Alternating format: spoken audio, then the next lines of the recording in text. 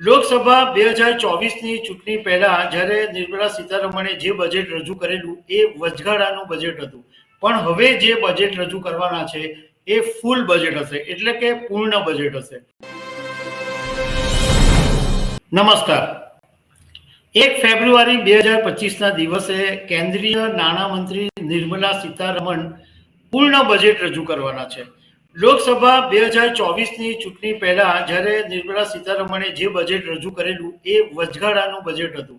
પણ હવે જે બજેટ રજૂ કરવાના છે એ ફૂલ બજેટ હશે, એટલે કે પૂર્ણ બજેટ હશે.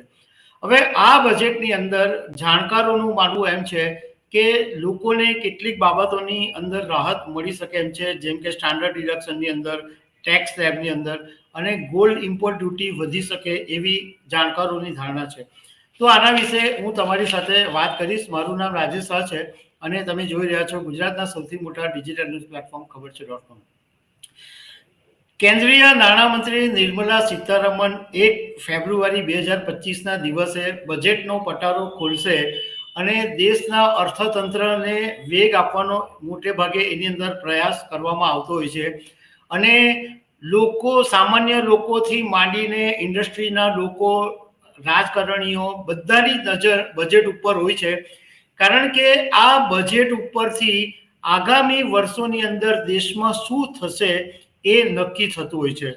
તો આ વખતે જે બજેટ છે એની અંદર જે ધારણા નિષ્ણાતો રાખી રહ્યા છે એમાં એક સ્ટાન્ડર્ડ ડિડક્શનમાં વધારો થવાની ધારણા છે.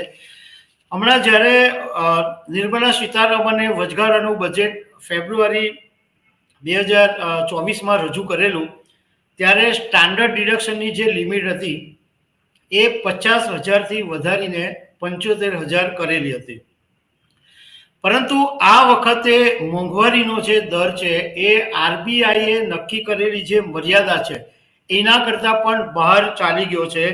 અને અર્થવ્યવસ્થાનો જે ગ્રોથ છે, જીડીપીનો ગ્રોથ, એ પણ ઘટવાની સંભાવના છે.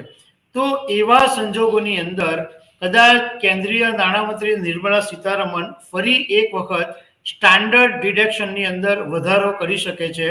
એમાં 75,000ની જે મર્યાદા છે એ વધારીને 1 લાખ કરી શકે છે એવું જાણકારોનું માનવું છે. બીજું, ટેક્સ સ્લેબ છે એની અંદર બદલાવ કરવામાં આવી શકે છે.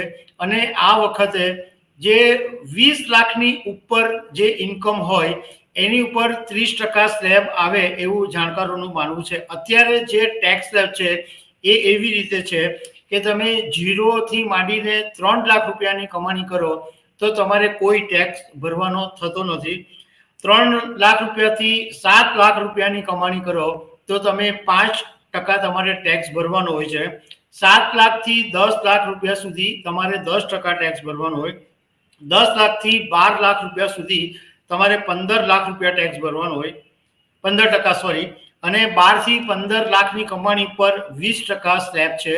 અને 15 લાખની ઉપર 30%નો સ્લેબ અત્યારે છે. પણ જાણકારોનું માનવું છે કે હવે આ જે મર્યાદા છે એ 20 લાખ રૂપિયાની થઈ જશે. એટલે 20 લાખ રૂપિયાની ઉપર તમારે 30% ટેક્સ ભરવો પડે. બીજું એક એ છે કે એટીસી હેઠળ જે કપાત મર્યાદા છે એ અત્યારે 1.5 લાખ રૂપિયાની છે. અને આ મર્યાદા છે એ 1.5 લાખથી વધારીને 2 લાખ રૂપિયા સુધી કરવામાં આવી શકે છે. બીજું, આ વખતે કેન્દ્રીય નાણામંત્રી નિર્મલા સીતારમણ જે ગોલ્ડ ઇમ્પોર્ટ છે એની પરની જે ડ્યુટી છે એ વધારી શકે છે. અત્યારે ગોલ્ડ પર જે ઇમ્પોર્ટ ડ્યુટી છે એ 6% છે, એ વધારવામાં આવી શકે છે. એને કારણે સંભવતઃ ગોલ્ડના ભાવો વધી શકે છે એવું જાણકારોનું માનવું છે. તો દર્શક મિત્રો, આવી અનેક વાતો સાથે અમે તમને મળતા રહીશું. Thank you very much.